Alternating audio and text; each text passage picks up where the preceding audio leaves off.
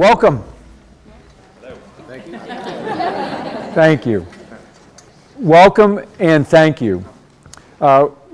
As a fellow parent, I know that coming to Parents Weekend is something we look forward to. It's something that's to enjoy, something to find educational. I also know it takes a substantial effort. My colleagues and I really appreciate your making that effort. So thank you very much for being here, for your efforts to keep the triangle open and alive. You remember the triangle? We're on one side, you're on the other, your children are in the middle, and they try to flatten it every day of their adolescent lives. And again, remember, as I said on the first day, we'll only believe half of what they tell us about you if you only believe half of what they tell you about us. I also want to thank Barbara Gatsky, who's up, and Betty Siegenthaler. I don't know if Betty's here. Barbara and Betty run Parents Weekend. They put together an outstanding program that will include lots of information exchange and I think a really timely and valuable presentation by Delaney Rustin about raising screenagers, because of course that's really the challenge of this generation of parenting. Kids who spent their entire lives interacting with each other and to a degree with us and you with a screen. So I think this is timely and I know it'll be valuable. It's been a great start to the school year.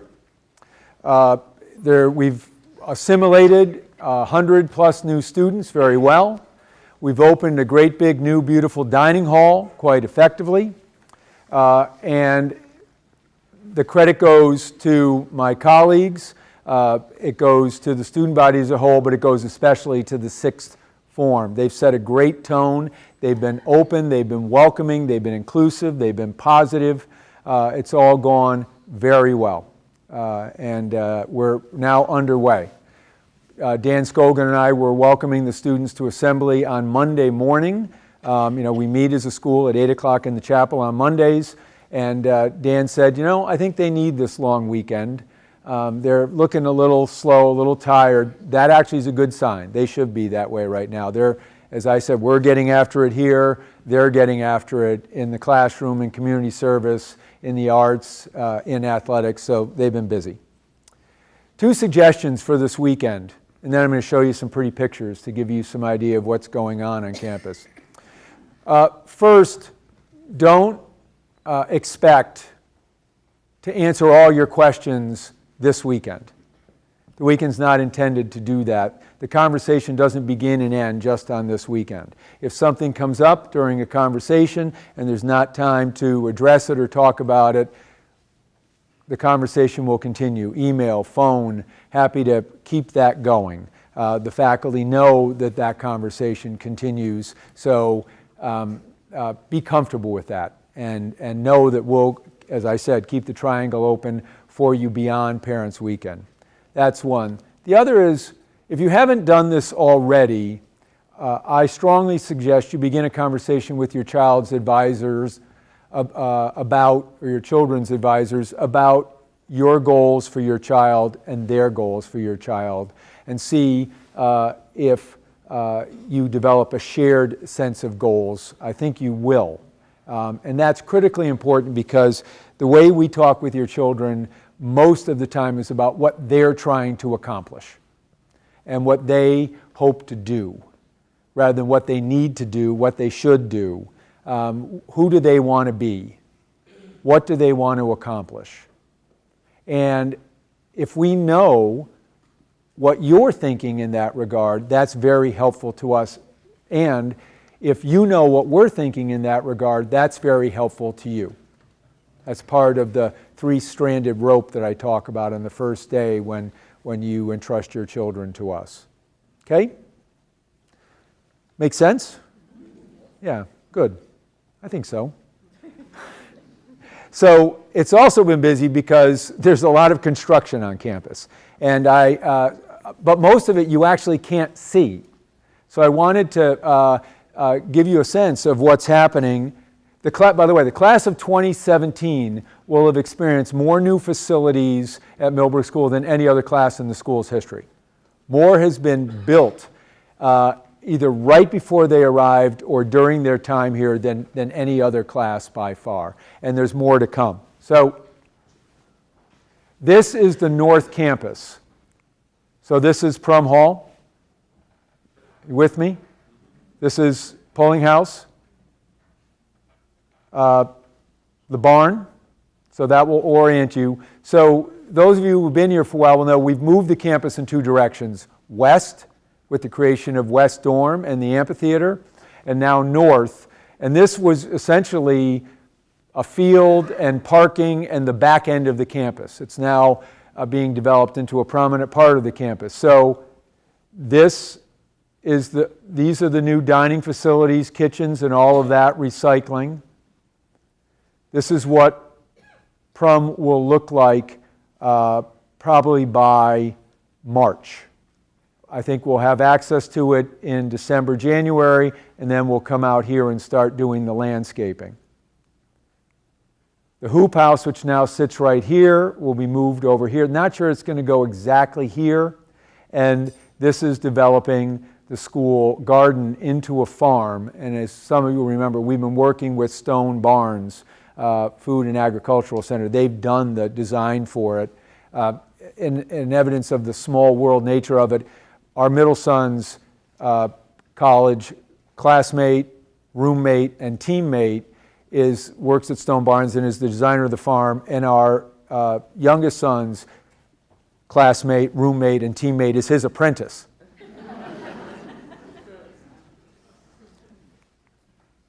So this is what it looks like, literally, now.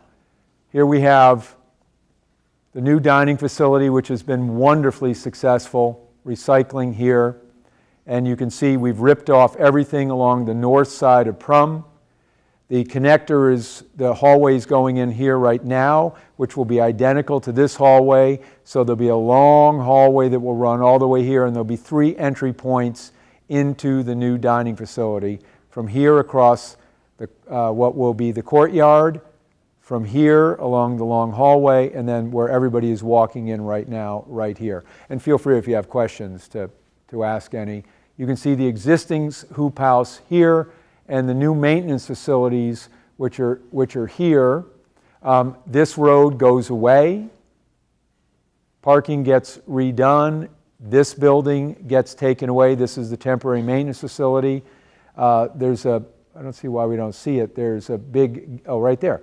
There's our fuel tank, which gets moved over here for refueling vehicles. So this is all underway. And so, again, as I said, this is maintenance. That's what it looks like today. And this is what it will look like when it's done. In the farm vernacular, I'm actually really excited about this because for the first time in Millbrook's 85 years, our maintenance department will actually have a dedicated facility. They've been working out of trailers, old barns, and all sorts of things for a long time. That doesn't help. We spend now $2.2 million every year on the caring of the campus, not including major capital projects, just in taking care of the campus. And that's a great deal of expense to not have a space to work out of.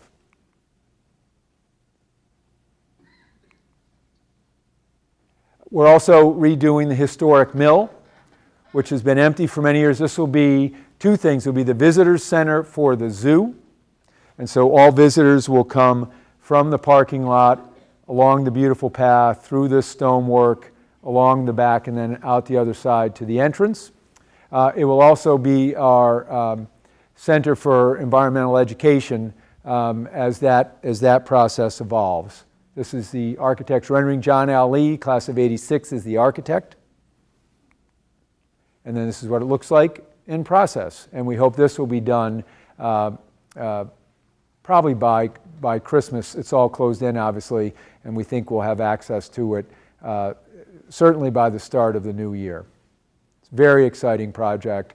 The mill had become a real eyesore, and the zoo needs this facility. You may all not be aware, 35,000 people visit the zoo a year. And that's not why the zoo's there. The zoo is there as part of our educational program, but it does serve the greater community. And then hidden in the southwest corner of the campus so here you see the chapel. We're right there. And we're building 6 new faculty housing units. Our goal is to have every classroom teacher living on campus, to have 5 faculty members on every dorm staff, to have 4 fully staffed weekend teams, and this will make that possible. Also, one of the problems we have now is our senior faculty really have nowhere to go out of the 4-bedroom homes they live in. Many of them come forward and said, we're happy to give them up. Our kids are grown.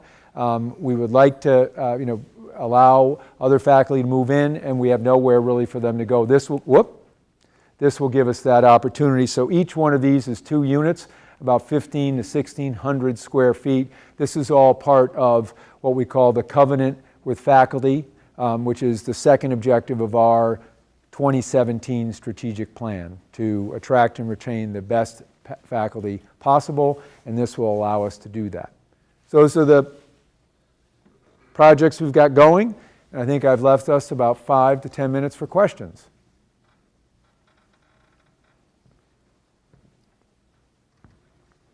When will the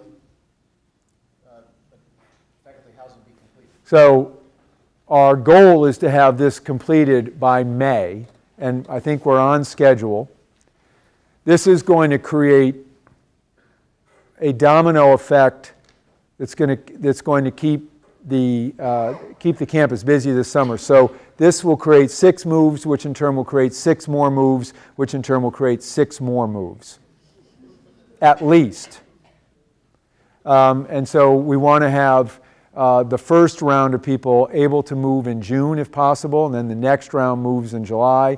And we usually want all the faculty and residents by August 1st if we can do that, so particularly new faculty so they can get settled. Because right behind this there are homes that will be vacated which haven't been worked on in years. This may also give us the opportunity to keep one house empty a year while we can upgrade it and work on it. When we did our environmental audit and our energy audit, we were told that some of our faculty homes are vintage 1920 Vermont, which means that the wind just blows right through them. So we're shooting for May. Yep. The farm, you're expanding the farm? I'm really interested in that. Or is it just the garden's getting bigger? We will expand. It's going to become, I don't know when you make the, John, does Hotchkiss figure out when you make the difference between a garden and a farm? Hotchkiss has a full-fledged farm. It's going to be about 2 acres under cultivation, and that's the plan. And it's a 4-season activity. So a third of the third form is there in the fall, a third is there in the winter. Those in the winter are working mostly in the hoop houses. And then, of course, the third is there in the spring. And then we have interns there in the summer. It will produce a minimal amount of food for the dining hall, 2-3%. But again, going back,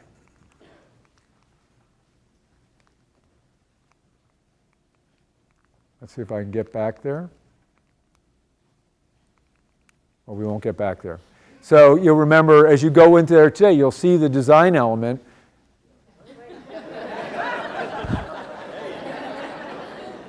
So, again, if any of you have been to the Blue Hills restaurant in Stone Barns, this is designed right after it.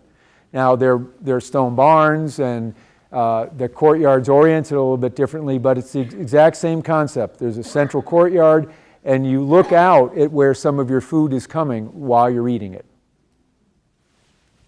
There's some really phenomenal designs that we're all seeing. I think it's really incredible what's going on in the transformation. I'm wondering if there's also some, bold plans to create some sort of makerspace design thinking collaboration, type of classroom, or endeavor to get the kids to also be, thinking collaboratively, working collaboratively, and maybe doing some of their own design thinking and some of their own, clearly this is a trend also Right. in education, and I'm just wondering if if the school is thinking in these terms in terms of education. So the good question is, is there any effort to do collaborative design thinking, some makers work? That's a great question. So every time we build a building at Millbrook or renovate a building at Millbrook, it begins with a group of students, a group of faculty working with the architect for usually a full year to do just what you described, to talk about how the place should work. And then the architect goes and does design. So everything you're looking at has had student involvement except for maintenance. There's students who've been involved with the design of the farm. There were students involved with the design of the new dining hall. We were told they wanted the servery to look like Whole Foods. So that's very much of how we do any program, any building involves student input. We are working on makerspace in the Science Center. There's a Makers Club, so there is some of that specifically. But that sort of collaborative backwards design is part of the way we operate. Yep.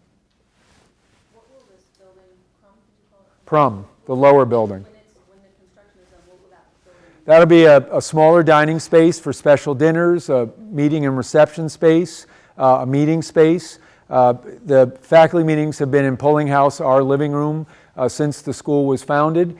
And it works sort of now because we have a faculty of 70 when everybody shows up. And we just don't have room for 70, although I'm really reluctant to move the meetings out of our house. But it will give us another place for special meetings, receptions. For example, many of you are going to meet in the barn tonight for a reception, and we have to close it for the students. Well, it's their student center, so that reception this spring will likely happen there, and next fall will certainly happen there. After the completion of the houses and the gardens, are you done for a while? We're never done. We're never done, but this is a good question. We have a lot of smaller projects that might, each project might be $500,000 to $1.5 million. We need to renovate the lower level of the schoolhouse into humanities classrooms. We need to continue with some work we've done in the chapel. We need a new baseball field. So there are things that we need to do, but they're not,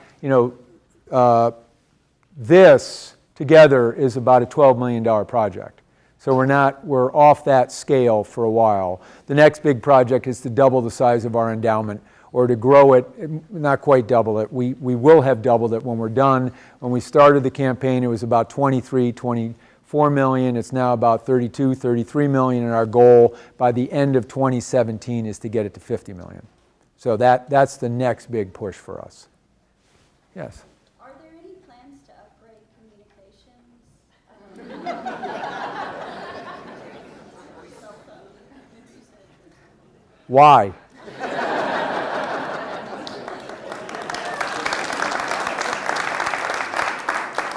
There are lots of plans to strengthen the Wi-Fi network and to allow communications here.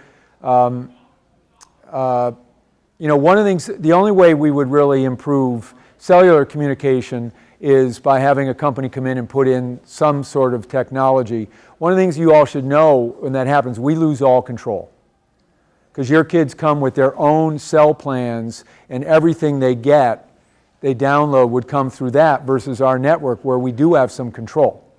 So there are definitely plans to make even better use of technology to improve communication within the community. I will tell you, don't take this too personally. If your kids really want to talk with you, they can talk with you. I mean, they can do that. I will also say, with complete sincerity, if that's a problem, then please let the advisor know, and we will come up with a way to do that. It is a problem at times, and it is a problem for some people. Many of you come from different time zones. You have schedules that are hard to adjust. We can make that work. It's very important that you feel you can talk with your children when you need to talk with them. So if that is a problem, I don't mean to make light of that. What I do think, though, and what you will talk about today, after a child takes a test, they text you, you text them, how did you do? That's not so good, right? They should process that, they should think about it, and then you should ask them at the end of the day, how to go today. But what does happen often is they walk right out of class, they look to see if someone's texted them and they bump into somebody as they're walking to class. And we have said that there are spaces on campus where cell phones are not allowed and times when they're not allowed. They're not allowed in the chapel, they're not allowed in the dining hall during seated lunch or formal dinner, they're not allowed in Pulling House when I'm reading to the third form. So they're, again, we're trying to teach kids time and place, what's appropriate and when it's appropriate. Thanks. I think I've got time for one more. Yes? Could you talk a little bit about what's going to happen at this spring? There's no intercession. Good. So you may not have all heard that after 2 years of very careful study, we decided to give intercession a rest for a year. I think the best way to explain that is, as Jeff Smith, our academic dean, said, intercession was a program in search of goals. It was founded in the late 70s, early 80s, really as a morale boost, enrollment retention device. It was to have a good time without a lot of content. The school's changed dramatically since then. Content's really important now. And so we tried to remake it so it had much more of an academic and also a mission-based character to it and purpose to it. And to ask faculty to design 2 courses that were going to last for a week on top of doing their regular work just didn't make any sense. So we've got a group, Kathy Havard has a group meeting every Thursday night to look at what we're going to do going forward. Because I do think there's a space in our calendar for some sort of alternative learning that works with our mission and our program. For this year, probably the underformers are going to continue in their classes. And there may be a little time to do some other things. And we're working on what the 5th and 6th form will do during that time. There's some activities that they need to do for which they might need a little bit more time. So I'm meeting with a group to figure that out. And back to your very good question about collaborative design, kids are having input in that conversation. I've already met with a group and we're thinking about that. So I think intercession, or whatever it's going to be called, has a place in our calendar. Exactly how it's going to work remains to be seen, and when it's going to happen. I'm not sure the end of February, beginning of March is the best time. So thank you. I'm glad you asked that question. So I think I've got to end there so that you can get off to the next class. Again, thank you very much. Have a great weekend.